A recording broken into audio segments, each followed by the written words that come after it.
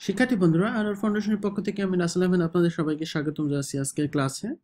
তো গত ক্লাসে আমরা দেখেছিলাম যে কিভাবে ওয়ার্ডপ্রেসের মেনু এবং আমরা ড্রপডাউন মেনুটিকে কাজ করাতে পারি। আজকে আমরা দেখব যে কিভাবে আমরা এখানে স্লাইডারটা ডাইনামিক করতে পারি, অর্থাৎ স্লাইডারটা ইউজার ইচ্ছা মতো চেঞ্জ করতে পারবে।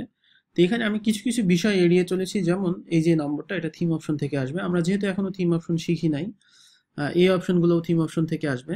তারপরে সার্চ বক্সটা আমরা পরবর্তীতে ডাইনামিক করা দেখব, এবং এখানে কমার্সের যে অপশনগুলো রয়েছে এগুলো আমরা ডাইনামিক করা দেখব। তো আমরা এখন স্লাইডারটাতে চলে যাই। তো এই স্লাইডারটা ডাইনামিক করতে হলে আমাদের সবচাইতে সহজ পদ্ধতি হচ্ছে কাস্টম পোস্ট নিয়ে আসা। তো কাস্টম পোস্টের জন্য আমরা এখন যেটা করব যে একটা কাস্টম পোস্ট রেজিস্টার করব। তো কাস্টম পোস্ট রেজিস্টার করার জন্য আপনারা যেতে পারেন হচ্ছে wp-cheatsheet.net এই সাইটে। তো এই সাইটে গিয়ে আপনি এখানে কিছু ওয়ার্ডপ্রেসের সুন্দর সুন্দর কোড পাবেন, যে কোডগুলো আমি নিজেই লিখে রেখেছি। তো এখানে আমি সার্চ করলাম হচ্ছে কাস্টম পোস্ট রেজিস্টার। আচ্ছা, বানান ভুল হয়েছে। আচ্ছা, কাস্টম পোস্ট রেজিস্টার লিখে সার্চ করলাম। এখন কাস্টম পোস্ট রেজিস্টার করতে হলে আমাদের একটা ফাংশন নিতে হবে। সেই ফাংশনের মধ্যে আমাদের দিতে হবে হচ্ছে রেজিস্টার পোস্ট টাইপ, এবং আমরা যেই ফাংশনটা নিব সেই ফাংশনটাকে আমরা অ্যাড অ্যাকশন ইনিশিয়ালাইজ করে তারপরে সেটা করব। আচ্ছা, এটা যদি আমি এখানে সরাসরি করতে যাই, সেক্ষেত্রে আমরা ফাংশন পিএইচপিতে যাব প্রথমে। তো আমাদের যে ফাংশন পিএইচপি, সেখানে আমরা কাস্টম পোস্ট রেজিস্টার করার জন্য এখানে আমি একটা ফাংশন নিব, যে নিউরন থিম কাস্টম পোস্ট। তো এখন এইটাকে আমি এখন অ্যাড অ্যাকশন, অর্থাৎ অ্যাড অ্যাকশন এখানে নিলাম, এবং এটা আমরা এখানে দিয়ে দিলাম। তো এখানে আমি দিব হচ্ছে ইনিশিয়ালাইজ করলাম এটাকে। এরপরে এখানে আমাদের লিখতে হবে রেজিস্টার পোস্ট। তো রেজিস্টার পোস্ট টাইপ যদি এখানে দিয়ে দেন, সেক্ষেত্রে অল অপশনগুলো, সব অপশনগুলো এখানে আসবে। আচ্ছা, এখানে রেজিস্টার পোস্ট টাইপ হচ্ছে, আমি এখানে মুছে দেই, অর্থাৎ ফাংশনের মধ্যে ফাংশন হয়ে গিয়েছে। এখানে অল অপশন যদি একবারে নিতে চান, সেক্ষেত্রে এখানে সিম্পলি লিখবেন রেজিস্টার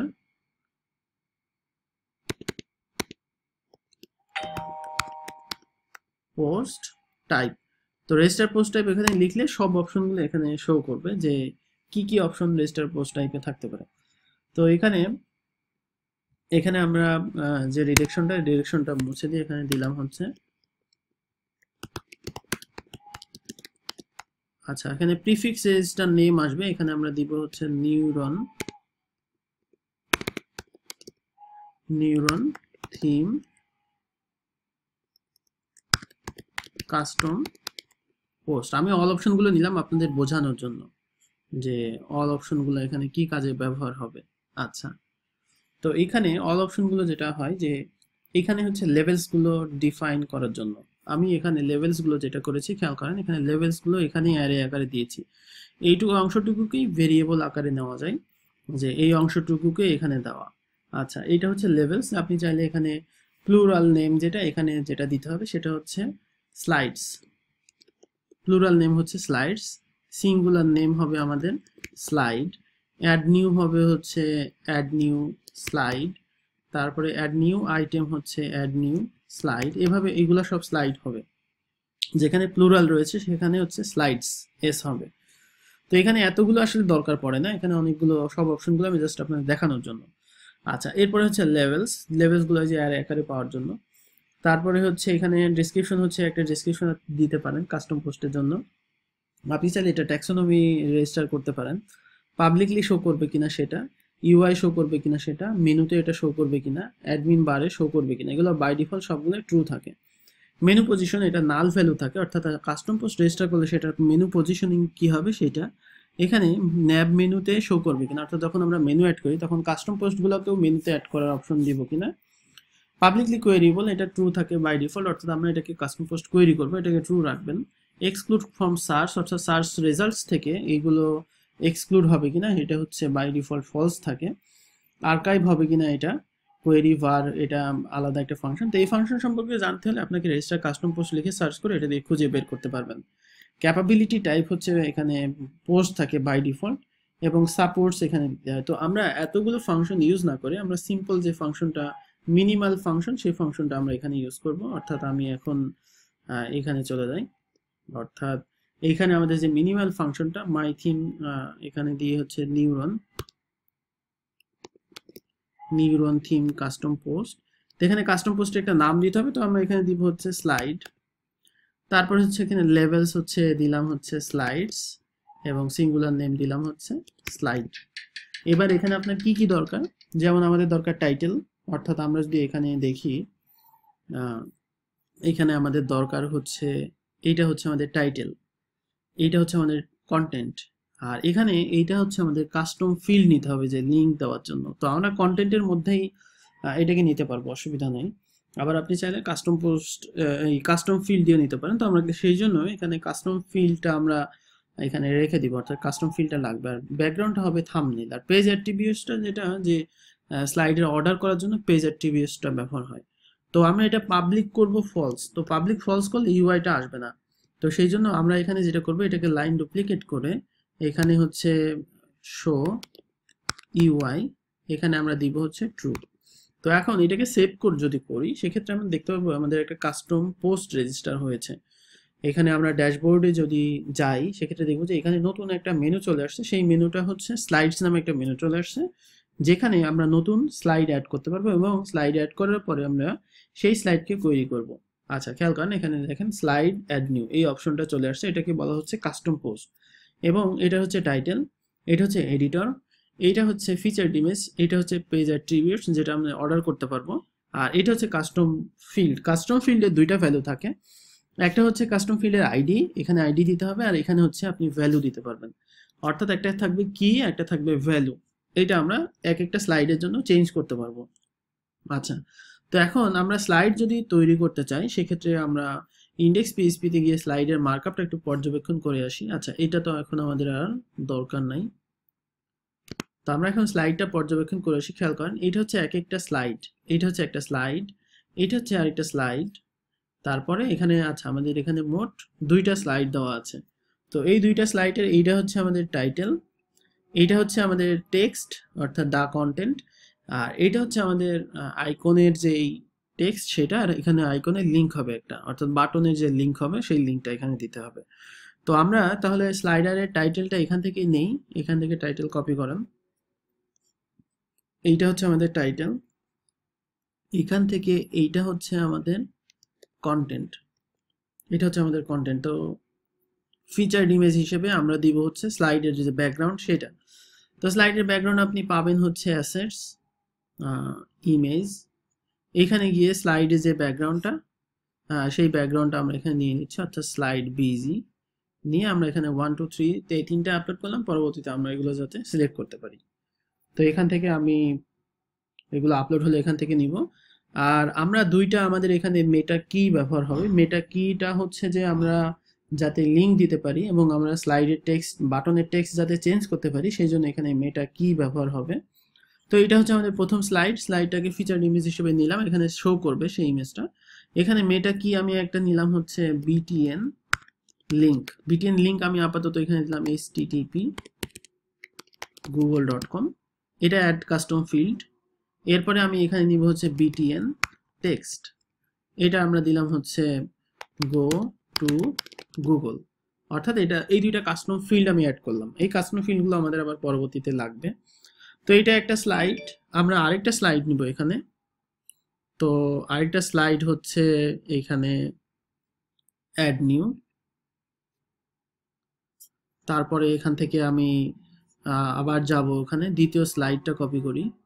আচ্ছা একই কন্টেন্ট, শুধু ব্যাকগ্রাউন্ড ইমেজটা চেঞ্জ। তো এইখানে হচ্ছে আমরা আরেকটা স্লাইডের ইমেজ যেটা সেটা নিয়ে নিলাম, এখানে মেটা কিগুলো সেভ থাকবে, এখান থেকে আমি নিতে পারবো। যেমন লিঙ্ক আমি এখানে দেই হচ্ছে, এবার হচ্ছে আরেকটা লিঙ্ক দেই, অর্থাৎ বাটনের যে টেক্সট সেটা আমরা অ্যাড করব, অর্থাৎ বাটন টেক্সট,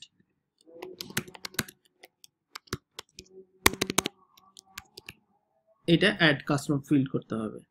তো এরপরে এটাকে পাবলিশ, তো পাবলিশ করলেই কিন্তু এটা পাবলিশ হবে না, এটা জাস্ট ডেটাবেজে স্টোর হয়ে থাকে। এই স্লাইডসে গেলে আপনি দেখতে পারবেন এখানে স্টোর হয়ে আছে। এগুলো আমরা এখন কল করব, অর্থাৎ কোয়েরি করব। তো কোয়েরি করার জন্য এখানে সার্চ করেন যে কাস্টম পোস্ট লুপ, অর্থাৎ কাস্টম পোস্টের যে লুপ, সেই লুপটা আমাদের এখন লাগবে।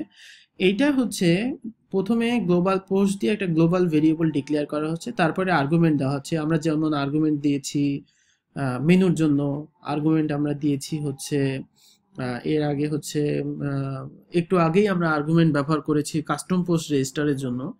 এখন বলা হচ্ছে যে গেট পোস্টের মানে হচ্ছে যে এই আর্গুমেন্টগুলো দিয়ে যেই পোস্টগুলো আসবে সেগুলো সে গেট করবে, করার পরে সেই পোস্টগুলো ফোর্স করা হবে, করে এক একটা পোস্ট নিয়ে আসা হবে। তো আমি এটাই কপি করে নিচ্ছি এখান থেকে। তো কপি করে নিয়ে এখানে এক্সাম্পল হিসেবে দেওয়া আছে। তো এখন আমরা যাই হচ্ছে আমাদের যে টেমপ্লেট, সেই টেমপ্লেটে এখন আমাদের এক একটা স্লাইড আসবে হচ্ছে এখানে, তাই আমরা এখানে এটা দিয়ে দিলাম। তো এক একটা স্লাইড, যেটা একটা স্লাইড আমি এখান থেকে নিব, নেওয়ার পরে এটা কাট করে নিলাম। নেওয়ার পরে আমরা এইখানে টাইটেল আর কন্টেন্টের এখানে এটা দিয়ে দিলাম।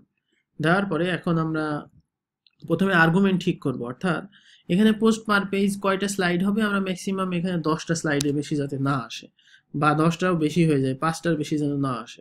পোস্ট টাইপ হবে হচ্ছে আমরা যেই নামে রেজিস্টার করেছি স্লাইড, ওই আইডিটা এখানে দিতে হবে। আর অর্ডার বাই হচ্ছে আমরাও যাতে ইচ্ছা মতো কাস্টম অর্ডার ফাংশনটা ইউজ করতে পারি, সেজন্য মেনু অর্ডারটা নিয়েছি, এবং এখানে আমরা অর্ডার অ্যাসেন্ডিং দিয়েছি এই কারণেই যে আমরা 1 2 3 এরকম ইউজ করবো, অর্থাৎ 1 নাম্বার যেটা সেটা প্রথমে শো করবে, 2 নম্বরটা পরে শো করবে। তো আমাদের যেহেতু সবগুলো 0 0 দেওয়া আছে, সেহেতু এখানে অর্ডার ফাংশনটা হবে ডেট ওয়াইজ।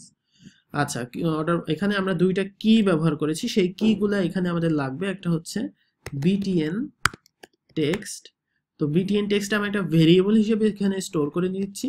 ঠিক একইভাবে আমরা এখানে এই লাইনটা ডুপ্লিকেট করে এখানে দিব হচ্ছে btn লিঙ্ক। তো btn লিঙ্কটা আমি আবার কপি করে নিয়ে এখানে btn লিঙ্ক দিয়ে দিচ্ছি। দুইটা যেই আমরা কাস্টম ফিল্ড ব্যবহার করেছি সেইটা এখানে নিলাম। তো এইটার পরিবর্তে এখানে হবে হচ্ছে php দা টাইটেল, অর্থাৎ php দা টাইটেল দিয়ে একটা স্লাইডের টাইটেল আসবে। এইটুকুর পরিবর্তে হচ্ছে php দা কন্টেন্ট। তাহলে এখানে আমরা কন্টেন্ট নিব। এইখানে আমাদের হবে হচ্ছে btn লিঙ্ক। তাহলে আমরা তো ভেরিয়েবলে স্টোর করে নিয়েছি, সেক্ষেত্রে আমরা php echo এখানে হবে হচ্ছে btn এখানে লিঙ্ক। ঠিক একইভাবে এখানে আমরা এটা কপি করব, কপি করে এখন আমরা এখানে দিব হচ্ছে php echo btn টেক্সট। তাহলে আমাদের স্লাইড হয়ে গেল। এখন এই স্লাইডটা আমরা কেটে দিব, কেটে দিয়ে দেখব যে আমাদের স্লাইডগুলো ঠিকঠাক মতো আসছে কিনা। এটা আমি একটু ঠিক করে দিই, অর্থাৎ এখানে আমি এখন সেভ করলাম। সেভ করার পরে এখন আমরা এখানে স্লাইডের টাইটেল একটু চেঞ্জ করে দিলে ভালো হতো, অর্থাৎ আমি এখানে যে একটা চেঞ্জ করে দিই যে টেস্ট, অর্থাৎ দ্বিতীয়টা আমাদের এখানে টেস্ট এটা আসবে। আচ্ছা, এখন আমি এখানে যাই, এখানে গিয়ে সিম্পলি একটা রিফ্রেশ দিব। রিফ্রেশ দিয়ে দেখবো যে এখানে আমাদের যে স্লাইড সেটা আসলো কিনা। আচ্ছা, আমি এটা রিফ্রেশ দেই, কারণ এখানে সিএসএস আমি অ্যাড করেছি, তো এই জন্য শুধু রিফ্রেশ দিলে হবে না। আচ্ছা, তাহলে আমরা এখন এটাকে রিফ্রেশ করেছি। এখন এখানে দেখেন নেক্সটে গেলেই এটা দেখা যাচ্ছে টেস্ট এটা আসছে। আর আমরা দ্বিতীয় স্লাইড এখানে দেইনি, তো এই জন্য ওই স্লাইডের ব্যাকগ্রাউন্ডটা, আচ্ছা হ্যাঁ, এখানে ব্যাকগ্রাউন্ডের ব্যাপারটাতে আসি। আমরা ব্যাকগ্রাউন্ডটা ডাইনামিক করিই নাই, এই জন্য আমাদের ব্যাকগ্রাউন্ড একটাই শো করছে। আচ্ছা, এখানে ব্যাকগ্রাউন্ডটা ছিল হচ্ছে একটা ক্লাস দিয়ে, এই ক্লাসটা এখন আমাদের মুছে দিব। এখন আমরা ব্যাকগ্রাউন্ডটা এখানে ক্লাস দিয়ে নিয়ে আসতে পারবো না, এখানে আমরা দিব হচ্ছে স্টাইল। স্টাইল দিয়ে আমরা এখানে বলে দেবো php echo, আচ্ছা echo না, এখানে php the post thumbnail URL, অর্থাৎ পোস্ট থাম্বনেইলে যে ইউআরএল সেটা যেন এখানে পাই। এখানে আমরা কোনো অপশন ছাড়া এখানে এটা ইউজ করলাম, অর্থাৎ পোস্ট থাম্বনেইলে যে ইউআরএলটা থাকবে সেই ইউআরএলটা এখানে স্টাইল হিসেবে আসবে। আচ্ছা, স্টাইলের এখানে আমাদের ভুল হয়েছে, এখানে দিতে হবে স্টাইল ব্যাকগ্রাউন্ড ড্যাশ ইমেজ, এখানে হচ্ছে ইউআরএল, তারপরে তার মধ্যে হচ্ছে ওইটা আসবে। তাহলে আমাদের এই যে ব্যাকগ্রাউন্ডটা, সেই ব্যাকগ্রাউন্ডটাও ডাইনামিক হয়ে গেল, অর্থাৎ ইউজার যেই ব্যাকগ্রাউন্ড দেবে সেই ব্যাকগ্রাউন্ডটা ওখানে আসবে।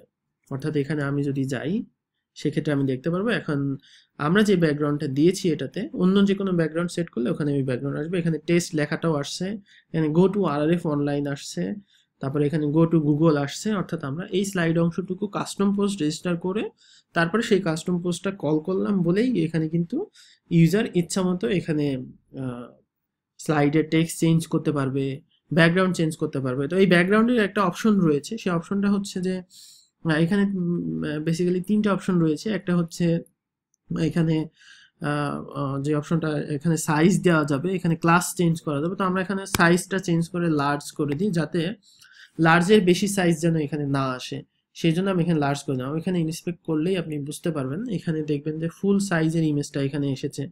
অর্থাৎ খেয়াল করেন এখানে intern.crazycafe.net এই যে ফুল সাইজের ইমেজটা আসছে। এখন যদি আমি এখানে রিফ্রেশ করি, ধরেন ইউজার আপলোড করলে একটা 5 MB সাইজের একটা ব্যাকগ্রাউন্ড ইমেজ, সেক্ষেত্রে কিন্তু ঝামেলা হবে।